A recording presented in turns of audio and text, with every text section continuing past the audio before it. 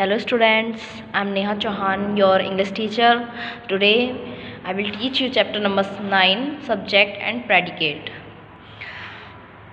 Subject and predicate are the parts of a sentence that is a group of words arranged in a particular way which expresses a complete sense. Subject और predicate क्या होते हैं? एक sentence का part होते हैं और जो कि ग्रुप होते हैं वर्ड्स का, यानी उसमें काफ़ी सारे वर्ड्स होते हैं जो कि एक पर्टिकुलर वे में अरेंज्ड होते हैं, यानी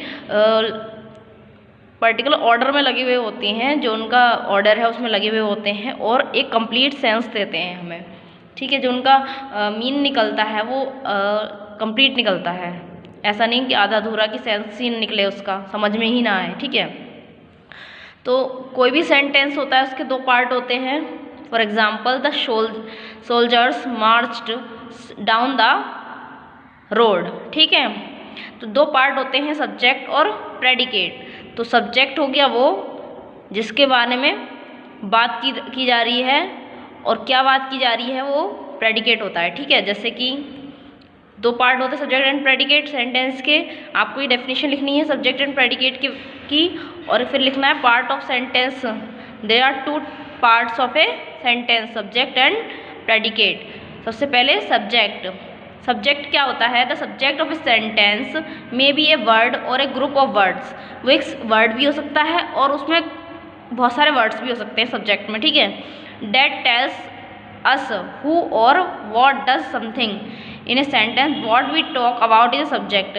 मतलब कि हम उस सेंटेंस में जिसके बारे में बात कर रहे होते हैं, ठीक है, वो सब्जेक्ट होता है। ठीक है, जैसे यहाँ पे example, the words flu in the sky. तो हम किसके बारे में बात कर रहे हैं? वर्ड्स के बारे में बात कर रहे हैं, तो वर्ड्स क्या हो गया यहाँ पे? सब्जेक्ट हो गया।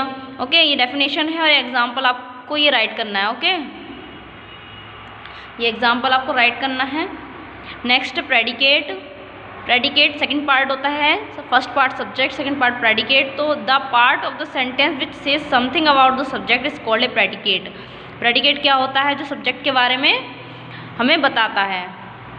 It may speak about the subject और an action of the subject. ये क्या बताता है हमें कि सब्जेक्ट क्या कर रहा है, या उसके बारे में कुछ ना कुछ बताएगा। ठीक है, जैसे कि यहाँ पे वर्ड्स के बारे में बात हो रही थी, और क्या बात हो रही थी? Flu in the sky. तो ये फ्लू इन द स्काई क्या है?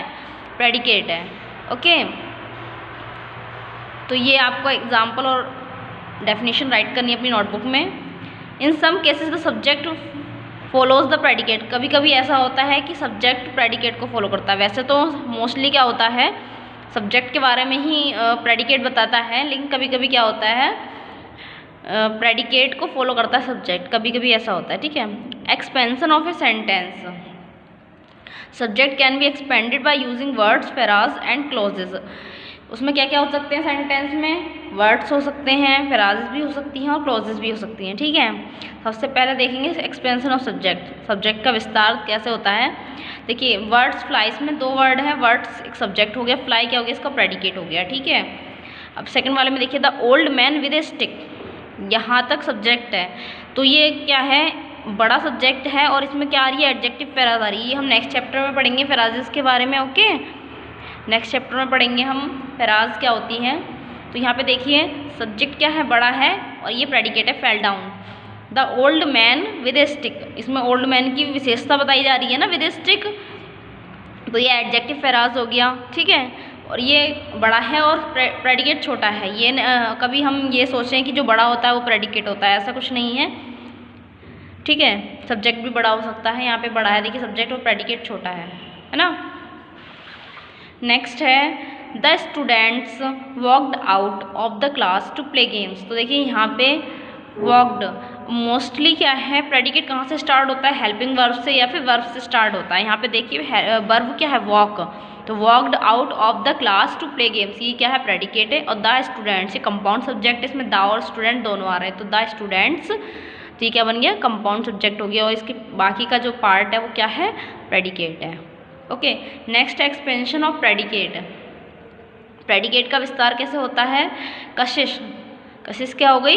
सब्जेक्ट हो गई। इज, देखिए यहाँ पे इज हेल्पिंग वर्ब है, यहाँ से वर्ब से मैंने बोला था स्टार्ट होता है। इज एन इंटेलिजेंट गर्ल, ये प्रेडिकेट हो गया। ठीक है, अब देखिए नेक्स्ट है द बॉयज़। सब्जेक्ट हो गया ये। फिर आगे love flying the kites on Basant Panchami, तो ये लार्ज प्रेडिकेट हो गया, इसमें नाउन फ्रेज आ गई है। ठीक है, तो नाउन फ्रेज के बारे में हम नेक्स्ट पार्ट में नेक्स्ट चैप्टर में पढ़ेंगे, है ना। ओके, ये लार्ज प्रेडिकेट है। Kashish exclaimed in the international modelling circuit quiz, तो यहाँ पे ये लार्ज प्रेडिकेट है और एडजेक्टिव फ्रेज है इसमें। ठीक है, आई सिर्फ यहाँ पे आई सब्जेक्ट है, बाकी M famous for having performed an act in the skit, तो ये भी प्रेडिकेट काफ़ी बड़ा है, इसमें ये एडवर्ब फ्रेज है इसमें। ठीक है, तो प्रेडिकेट और सब्जेक्ट छोटे बड़े हो सकते हैं। ठीक है, a large subject a large predicate, मतलब सब्जेक्ट भी बहुत लार्ज है और प्रेडिकेट भी। देखिए यहाँ से the boys in the yellow T shirt, यहाँ तक है subject. Play basketball with his all friends in the evening, और यहाँ से लेके यहाँ तक ये प्रेडिकेट है।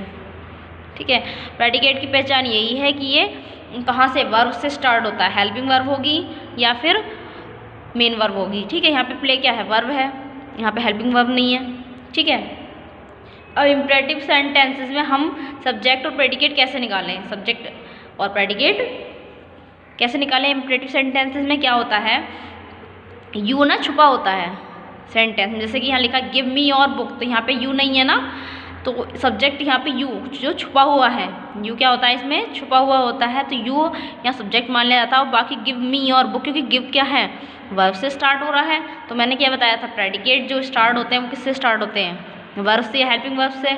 अब यहाँ पे तो ये पूरा सेंटेंस जो स्टार्ट हो रहा है वो गिव से स्टार्ट हो रहा है, तो इसमें यूज क्या है, छुपा हुआ होता है, तो यू को हम क्या मानते हैं, सब्जेक्ट मानते हैं। और प्रेडिकेट हो गया यहाँ पे गिव मी योर बुक।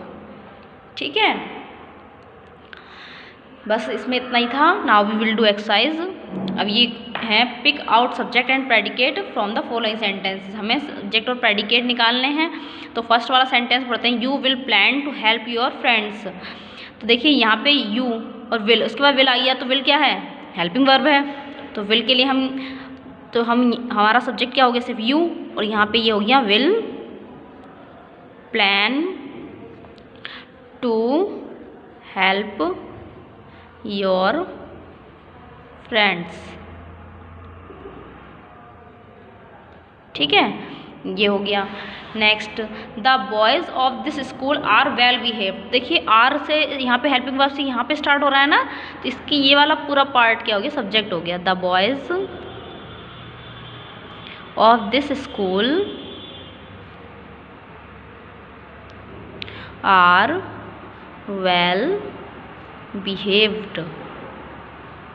ठीक है, नेक्स्ट है she could not save any money. तो ये देखिए यहाँ पे शी के बाद कुड आया है, तो कुड क्या है, हेल्पिंग वर्ब है ना, तो हम यहाँ पे सिर्फ शी हो गए सब्जेक्ट, और यहाँ से कुड से ले लेंगे हम predicate, could not save any money. Okay, ये हो गया। अब यहाँ पे लिखा कीप क्वाइट। कीप क्वाइट क्या है, इम्परेटिव सेंटेंस है, तो यहाँ पे यू छुपा होता है, तो यू को हम क्या मानेंगे, सब्जेक्ट, और keep quiet keep main verb है, तो यहाँ से ये क्या बन गया, प्रेडिकेट हो गया कीप।